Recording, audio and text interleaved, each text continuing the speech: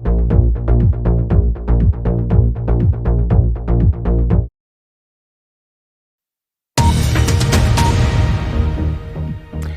is BBC World News. Our main headlines here. Russia has launched a major missile attack on Ukrainian cities. The authorities say dozens of missiles were fired from the air and the sea during a 5-hour onslaught. Kharkiv, Odessa, Lviv and Kyiv were all among the cities targeted. The most hardline government in Israel's history has been sworn in. The coalition led by Benjamin Netanyahu for a record 6th time as Prime Minister includes ultra-Orthodox Jewish and nationalist parties. Uzbekistan says 18 children have died after drinking a cough syrup made by an Indian drug maker. The country's health ministry says preliminary tests show a batch of the medicine contained a toxic substance. And the US energy giant ExxonMobil is suing the EU over its new windfall tax on oil firms. Exxon accuses Brussels of exceeding its legal authority. The levy was imposed after oil and gas prices rose following Russia's invasion of Ukraine.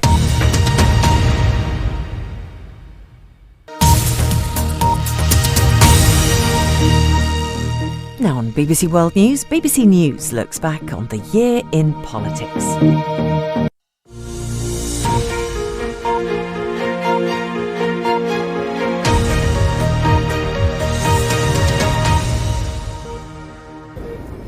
"2022 was a year when politics came at you fast. 3 prime ministers in the space of a few months, a mini budget that had a dramatic impact within hours, all against the backdrop of a war in Europe and the cost of living going up at its fastest rate in decades.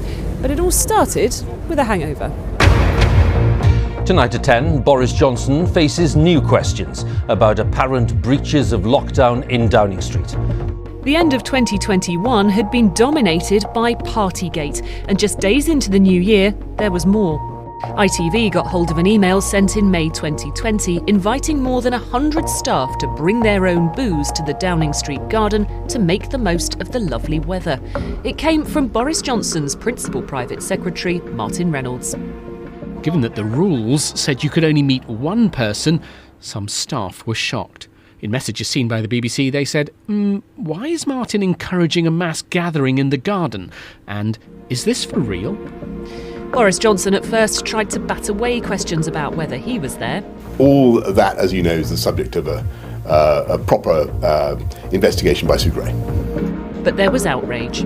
This is utterly indefensible. It cannot be defended. There was upset too, particularly from those who lost loved ones during the pandemic.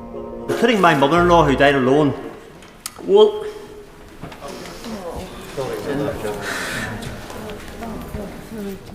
people died sticking to the rules, and they broke those rules to have a bottle of wine. Would you lie about the parties, Prime Minister? Are you going to apologise? Pressure grew until Mr. Johnson was forced to say yes, he had been at the garden party. Mr. Speaker, I want to apologise. I know that millions of people across this country have made extraordinary sacrifices, and I know the rage they feel with me and with the government I lead. But I want to repeat that I thought it was a work event, and Mr. Speaker, I regret very much that we did not do things differently that evening. Labour was having none of it. His defence that he didn't realise he was at a party. It is so ridiculous that it's actually offensive to the British public. Opposition MPs had one message. Resign. resign. Resign. He must resign. In the following days, more parties hit the headlines with damaging details. Staff at Downing Street have been accused of holding 2 parties the night before the Duke of Edinburgh's funeral. That was in last April. Restrictions in England at the time banned indoor mixing between different households and meant the Queen had to sit alone during the service. MPs are calling for Boris Johnson to resign. The Telegraph is reporting that around 30 people were present, drinking alcohol and dancing to music. According to the Daily Telegraph, Downing Street staff were sent to a nearby shop with a suitcase to buy more booze. Number 10 has not denied any of this. Tory MPs are livid. Boris Johnson was forced to apologise to the palace.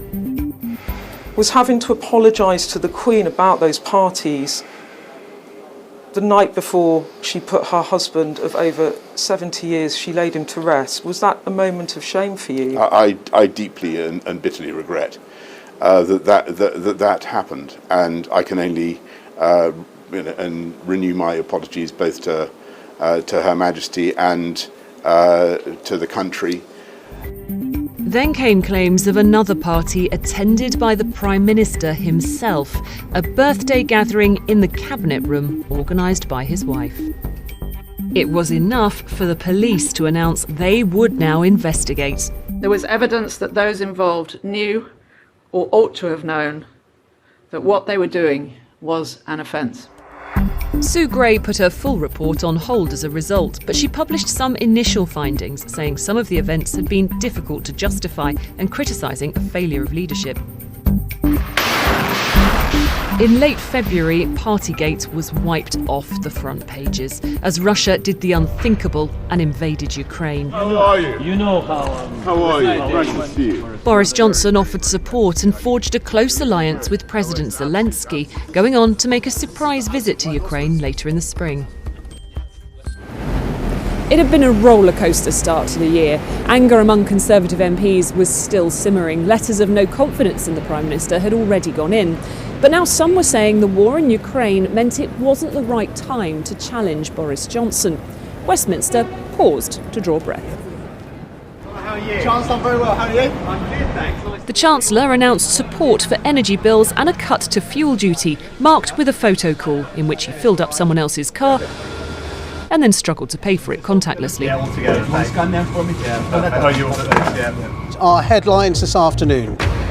The Prime Minister and the Chancellor of the Exchequer will both be fined by the police for attending parties during lockdown. A major development from the police kicked Partygate back into the headlines. For the first time in history, both the Prime Minister and the Chancellor were fined for breaking the laws they set at the birthday gathering. I have, of course, paid the FPN, and I apologise once again for the mistake that I made. This is an extraordinary moment. A Prime Minister standing here in Chequers admitting he's broken the law.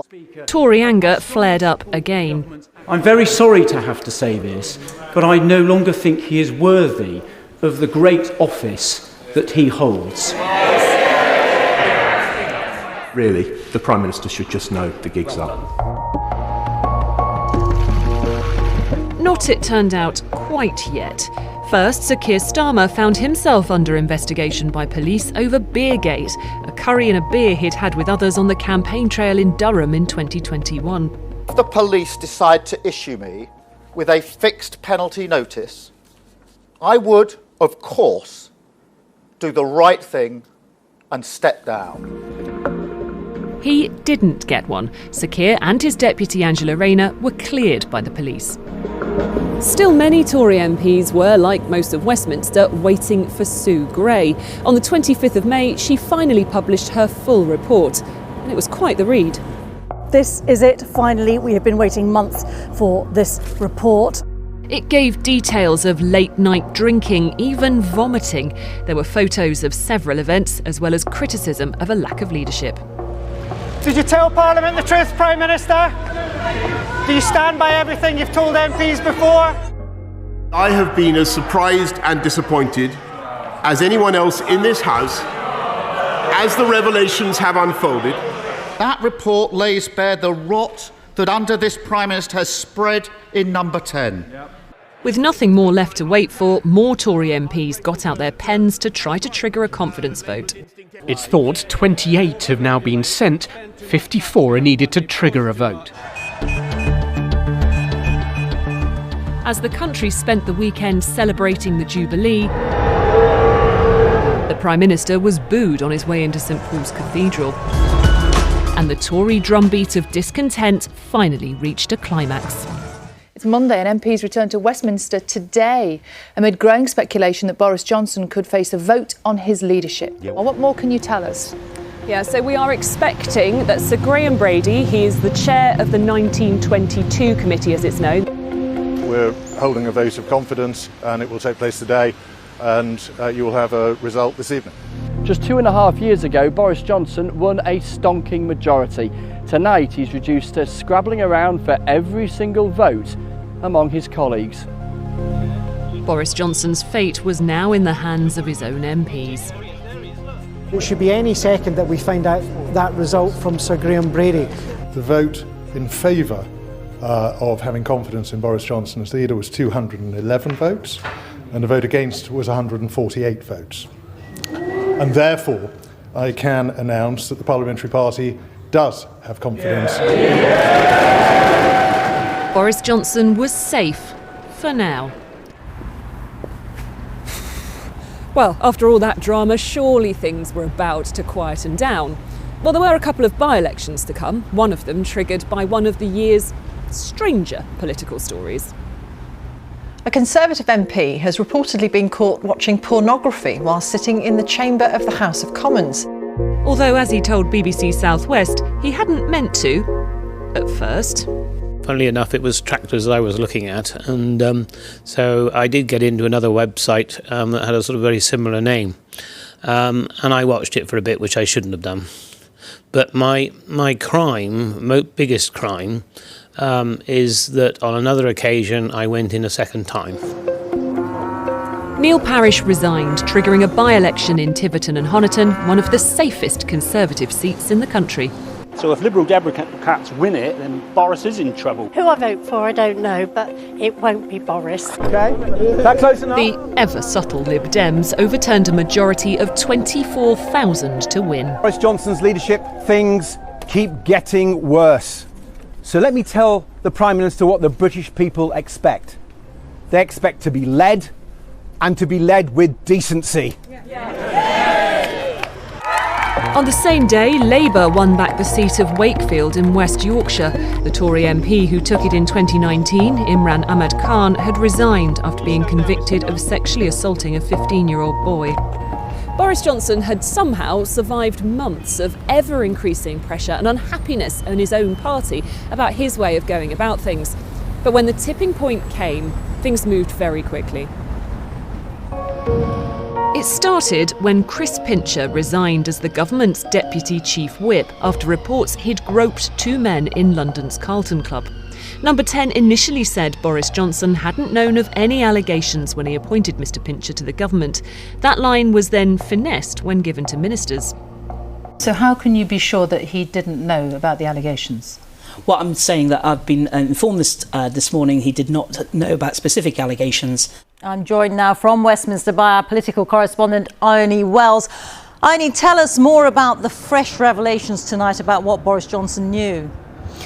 Well, Rita, I can reveal this evening that Boris Johnson was made aware of a formal complaint about alleged inappropriate behaviour by Chris Pincher when he was a Foreign Office Minister from 2019 to 2020. A revelation followed by a damning interview from a former senior civil servant. I think they need to come clean. I think that the language is ambiguous. It's sort of telling the truth and crossing your fingers at the same time. Day after day after day, people speaking on your behalf were talking rubbish. I don't know. I wasn't. I'm afraid focusing on other things at the time. But what I'm telling you now is my recollection of events. Are we good? Even his most ardent supporters looked dejected. For some, it would be too much. Breaking news this evening. The Chancellor Rishi Sunak and the Health Secretary Sajid Javid resigned from the Cabinet, telling the Prime Minister the tone he sets reflects on his colleagues and party. Good evening. I'm just going to go and spend some time with my family. Thank you for coming. Boris Johnson is holed up in Downing Street with aides, trying to plug the holes in what looks like a sinking premiership. Is it all over, Prime Minister? Many of his MPs thought so. Today I ask him to do the honourable thing, to put the interests of the nation before his own interests. Does the Prime Minister think there are any circumstances in which he should resign? The now former Health Secretary delivered a merciless blow. Treading the tightrope between loyalty and integrity has become impossible in recent months. And at some point, we have to conclude that enough is enough. The Prime Minister tried to carry on as usual. It's being reported that there's a delegation of your cabinet colleagues waiting in Downing Street, including the Chief Whip, the Transport Secretary and your new Chancellor, waiting to tell you when you finish here today that it's time for you to go. How will you respond to that? As ministers and their aides resigned in droves. He sacked Michael Gove, calling him a snake. We are at 51 ministerial resignations plus a sacking. And then one final resignation. When the herd moves, it moves. And, my friends, in politics, no one is remotely indispensable. And I want you to know how sad I am to be giving up the best job in the world. But them's the breaks. In the Commons, there was a characteristic final farewell. Hasta la vista, baby. Thank you.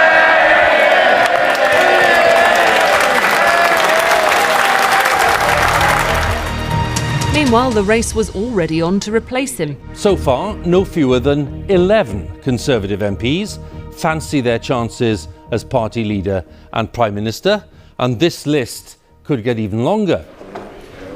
MPs whittled them down through several rounds of voting until there were just 2. Who will be our next Prime Minister? Liz Truss or Rishi Sunak? Followed by the crash. As they fought to make it to number 10, they clashed repeatedly, mainly over the economy. Your proposals would mean that we get the short-term sugar rush of unfunded borrowed tax cuts, but that would be followed by the crash of higher prices and higher mortgage rates, and that is not something that I want to cause for anyone here. You've just put in the highest tax rate for 70 years. How on earth can you claim that that's going to drive economic growth? And where have the growth policies been for the past 2.5 years to drive investment into our towns and cities? Meanwhile, Labour was having an internal fight of its own on the picket lines. Sir Keir Starmer had said shadow ministers shouldn't be on them and sacked one, Sam Tarry, for giving unauthorised interviews. And while Boris Johnson seemed to be enjoying his last few weeks in office, Liz Truss and Rishi Sunak faced a gruelling dash around the country to get the votes of Conservative members. It's fantastic to be here in Wales, in Eastbourne. Fantastic to be here in Yorkshire. In Darlington, in Birmingham. In fact, it's fantastic to be out and about across the country. Apparently, it was fantastic. Wherever they were, the main battleground stayed the same, taxes and the economy. But there were also growing worries about the rising cost of energy bills. Liz Truss had become the favourite, and on the 5th of September, I give notice that Liz Truss is elected as the leader of the Conservative and Unionist Party. I will deliver a bold plan to cut taxes and grow our economy. A crowning moment of her political career. Liz Truss will be Prime Minister tomorrow and then confronted by an in-tray from hell. The question for her party and for the country, will she be up to it? Well, this is it, folks. The baton will be handed over in what has unexpectedly turned out to be a relay race. They changed the rules halfway through, but never mind that now. And with that, one Prime Minister left Downing Street for the last time. In Balmoral, the Queen formally conducted the handover of power, and a new PM returned. I have just accepted Her Majesty the Queen's kind invitation to form a new government.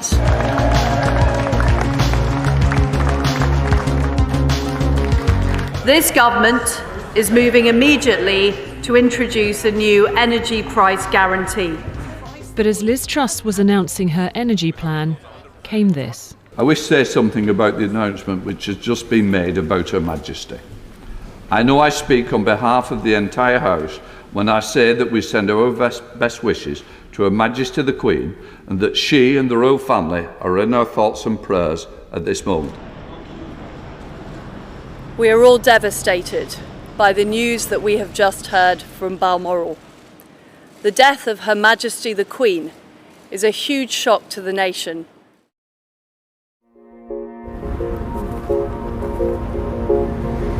politics stopped. Parliament took on a new role as the destination for around 250,000 people who queued through the day and night to see the Queen lying in state. It was a sobering pause. But when politics got going again, it really got going. Mr. Speaker, we're at the beginning of a new era. I'm not going to cut the additional rate of tax today. I'm going to abolish it altogether. I have another measure, Mr. Speaker. We will cut the basic rate of income tax. This was the lowest value of the pound reached in early trading this morning since the invention of the dollar. BBC local radio presenters gave the Prime Minister a grilling. The Bank of England has had to spend £65 billion to prop up the markets. Where have you been? We're going to spend more in mortgage fees under what you've done based on the predictions than we would have saved with energy. I don't think anybody is arguing that we shouldn't have acted on energy. Are you absolutely committed to abolishing the 45p tax rate for the wealthiest people in the country? Yes. Today at 1, a government U-turn on its tax cut for higher earners. I get it, and I have listened. That was the speech of a Prime Minister trying to hold her party together. Have you done enough, Prime Minister? This has been a conference defined by dysfunction, disagreement, even open civil war. You'll be Chancellor and Liz Truss will be Prime Minister this time next month. Absolutely 100%. A day later, he's out. He's been sacked. So Kwasi Kwarteng, the Chancellor, he's gone. I acted decisively to ensure that we have economic stability.